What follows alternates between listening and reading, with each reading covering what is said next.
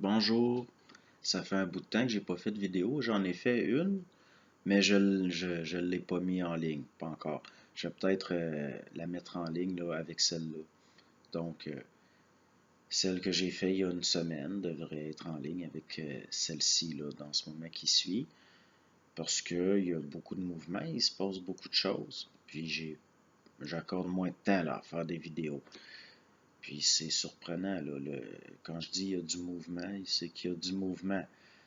Par rapport, là, il y a quelque chose là, qui circule. C'est intéressant. Il se passe beaucoup de choses. Mais, bon, c'est certain que des fois, je me sens affecté un peu quand il y a beaucoup de mouvements, mais au sens où, vous savez, quand j'ai commencé à faire des vidéos, je le faisais pour moi, je me disais, ça va être, ça me disait, ça va être un catalyseur de quelque chose, au sens que je me suis dit peut-être que je vais intégrer parce que souvent ça arrive, ça parle, c'est très brillant, mais plus que ce que l'ego peut intégrer, et c'est avec le temps. Parce que ça devient, puis le pire c'est que plus on intègre, plus on se rend compte, plus ça devient subtil, là, ça devient, bon, c'est comme quand je parle du mouvement, c'est un peu comme, bon, il y a des gens nouveaux là, qui vont me contacter. Là, puis il y en a. Puis là, tout d'un coup, ça vient créer. Je vois la mécanique. Là, il y en a qui arrivent, il y en a qui partent. Il y a un mouvement de. Il y a une cause à effet dans le subtil. C'est un peu ça. C'est quoi l'invisible? C'est ce qui devient visible par le visible. C'est ça, aller au-delà de la forme, au sens de je vois du mouvement. Et ça fait que je vois à travers le mouvement des formes c'est de remonter en amont un peu. Puis ça devient lassant, au sens où ce qui est voir ce qui ne devait pas être vu jusqu'à un certain point, en tout cas, ce qui doit être vu est vu, mais on finit que ça devient un travail à plein temps parce que dès que je suis en interaction avec des gens, je vois des mouvements dans le subtil qui se densifient à travers la personne parce que tout le monde est en contact là, avec le subtil, c'est lié. Il y a un des plans est une densification d'un autre qui, bon, puis c'est ça, on finit que je suis à un moment donné, j'aurais envie de prendre des vacances, d'observer, parce qu'il y a une certaine, c'est déstabilisant. Il y a tout le temps du mouvement, on voit tout le temps du nouveau, il y a tout le temps, c'est en mouvement tout le temps, donc il n'y a aucun, puis il me reste encore, si on peut dire, le plan psychologique qui fait que j'aurais envie de me reposer de ça, et puis on finit toujours par tomber dans la naïveté de se dire, eh bien, si je rencontre des gens qui eux aussi le voient, au lieu d'être toujours à observer les forces à travers les gens, de les voir, mais de ne pas pouvoir en parler avec eux, de se dire ça va être un catalyseur d'intégration, au sens où je fais un mouvement, et puis ça crée du mouvement, et puis il y a un retour et tout, et on finit toujours par tomber dans la naïveté que euh, si je viens à bout d'échanger avec des gens qui ont la vue de ces choses-là, eh bien, euh, ça sera pas aussi épuisant d'observer les forces. Mais il arrive tout le temps un moment où on finit que lorsqu'on voit qu'il y a plusieurs personnes qui échangent, la plupart des gens sont des... ce que un voit, l'autre le voit pas, mais ce que lui voit et puis l'échange finit que l'autre le voit, et comme ça, il y a, si vous voulez, un panoramique là, lié aux différents paradigmes, aux différents points de vue qui vient créer quelque chose, une vision d'ensemble, et puis ce serait toujours encore là pour au moins avoir un échange avec des gens qui voient le jeu un peu dans le subtil, mais il finit toujours par y avoir l'être humain étant ce qu'il est, il y a encore de l'émotif, il y a encore de l'affectif, et puis ça va toujours engendrer de l'opposition, et ça fait partie du mouvement, mais c'est fatigant de voir des gens qui connaissent les forces, qui savent ce que sont les forces, de les voir devenir le portail de ça sans le voir tout d'un coup, puis de se rendre compte que c'est fluctuant, la vue, une vue claire de ces phénomènes-là.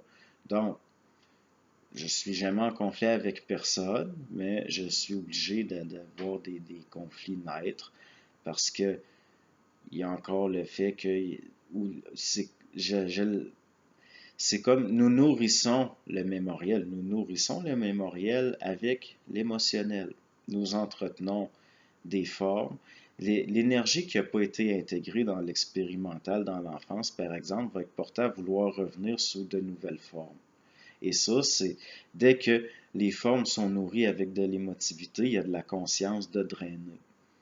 Et c'est là qu'il y a ce maudit mémoriel expérimental-là qui vient colorer les rapports de la vue entre les différents points de vue et qui vient créer de l'opposition, qui vient créer de la division. Dès qu'il y a de l'émotionnel et de l'affectif lié à des vieilles mémoires expérimentales qui viennent se réveiller pour passer à travers de nouvelles formes, la mémoire cherche à s'actualiser dans le présent.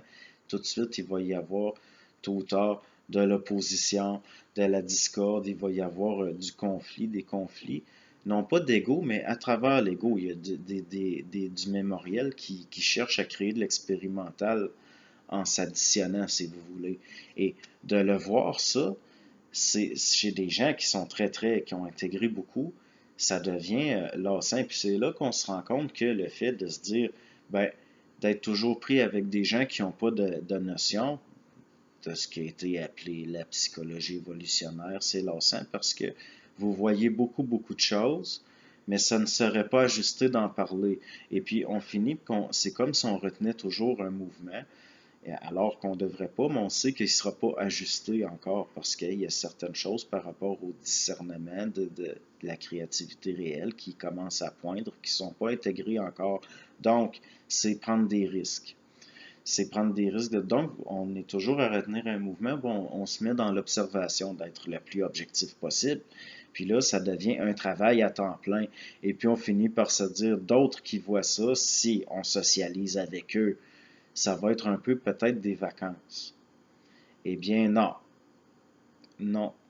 Il, tant qu'il va y avoir ce qu'on voit là, dans la psychologie jungienne qui appelle l'enfant intérieur. Et puis, cette chose-là est une nuisance. C'est une nuisance, la puérilité émotive, affective, qui est liée à de la mémoire, liée à de l'expérimental à ces stades-là. Il y a de l'énergie qui n'est pas intégrée et ça, ça va toujours vouloir se remanifester dans le rapport à l'autre.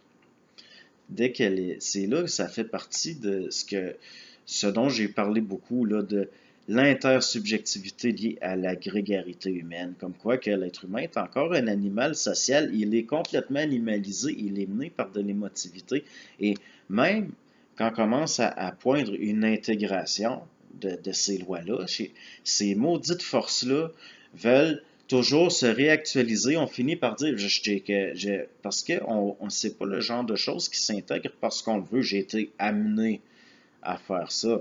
Ce que je fais sur YouTube, c'est parce que ça m'a amené à faire ça. C'est ce qui était dans le subtil en me traversant voulait se manifester comme ça et je sais aujourd'hui que ça n'est pas une question de libre arbitre. Mais une fois, donc on voit, ce n'est pas une décision, on voit parce que ça veut voir à travers. Et le fait est qu'on finit par développer, oui, c'est sûr, une opposition de la haine, de la colère, comme on le voit là, dans ce milieu-là, dit du supramental, la colère contre les forces. Mais même là, rendu jusqu'à un certain point, ça devient futile. C'est pas. C'est un peu. Les crises de force. À un moment donné, on vient fatigué de voir.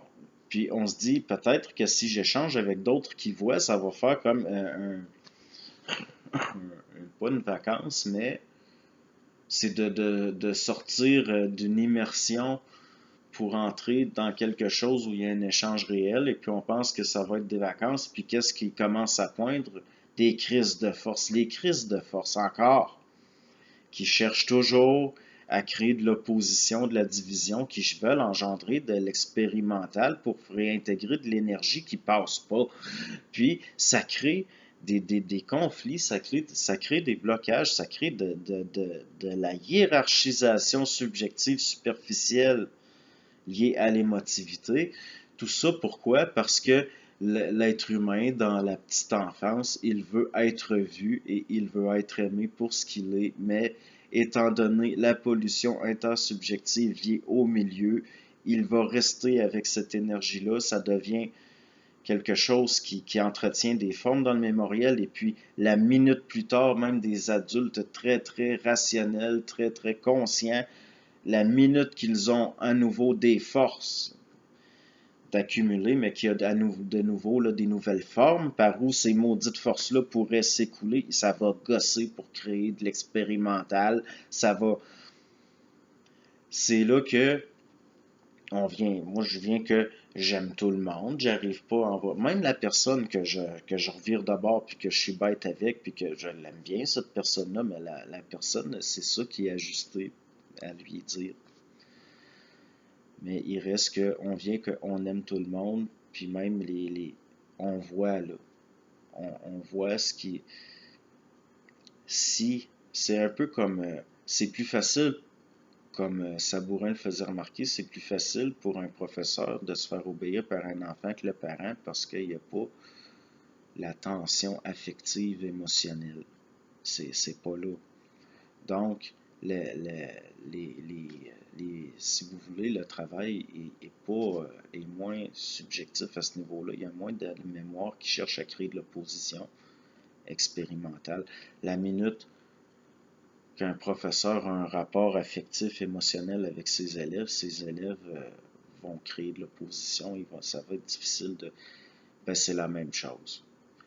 Il va falloir, dans ce milieu-là, si on veut échanger puis se parler, de comprendre ce qu'est les forces de l'âme au sens de l'émotivité, de la mémoire, de ces choses-là, parce que la minute qu'il y a de l'émotionnel puis qu'il y a de l'affectif, ça crée de l'opposition, ça crée des blocages, ça crée un paquet de problèmes.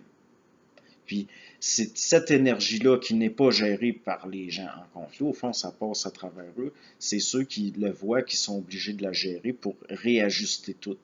Puis ça, c'est fatigant. Parce que sinon, ça va rester quelque chose de réellement individuel. De toute façon, ça ne peut pas faire autrement, mais au niveau de l'échange. Au niveau de l'échange, il va falloir arrêter d'être des anthropoïdes sophistiqués dans une tribu. Parce que dès que je vois plusieurs êtres humains se réunir, je vois ces forces-là animales, sociales, entre guillemets. Il n'y a pas encore de société réelle, là. Il n'y en a pas encore eu sur Terre de société réelle. Ça, je le dis parce que je le dis là, ça dit ça. Mais donc, est-ce qu'il y a possibilité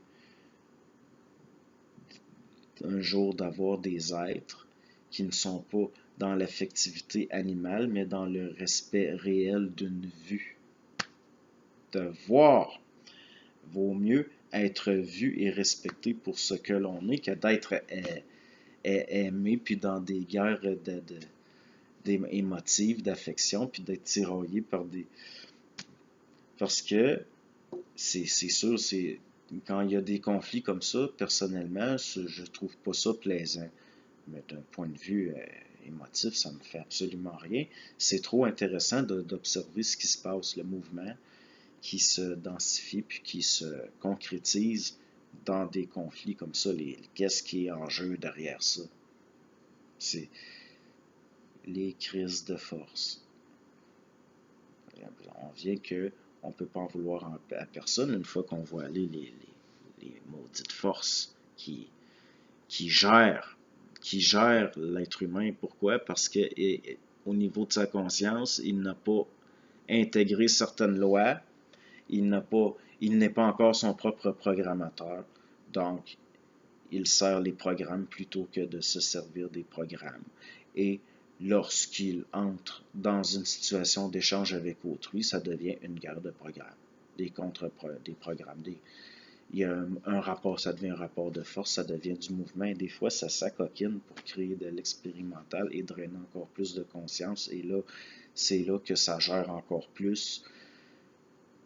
Il va falloir, il va falloir que l'être humain, son développement, soit lié au fait de voir l'énergie, de gérer de l'énergie. Nous apprenons à gérer de l'énergie dont la matière n'est rien d'autre qu'une densification superficielle. Si nous intégrons les lois, que nous voyons le jeu des forces qui cherchent à gérer, à retarder, à réguler, eh bien, nous ne pourrons pas devenir des catalyseurs de nous-mêmes. Nous ne pourrons. L'individu ne s'individualisera pas. Il n'y aura pas une individuation réelle parce que l'être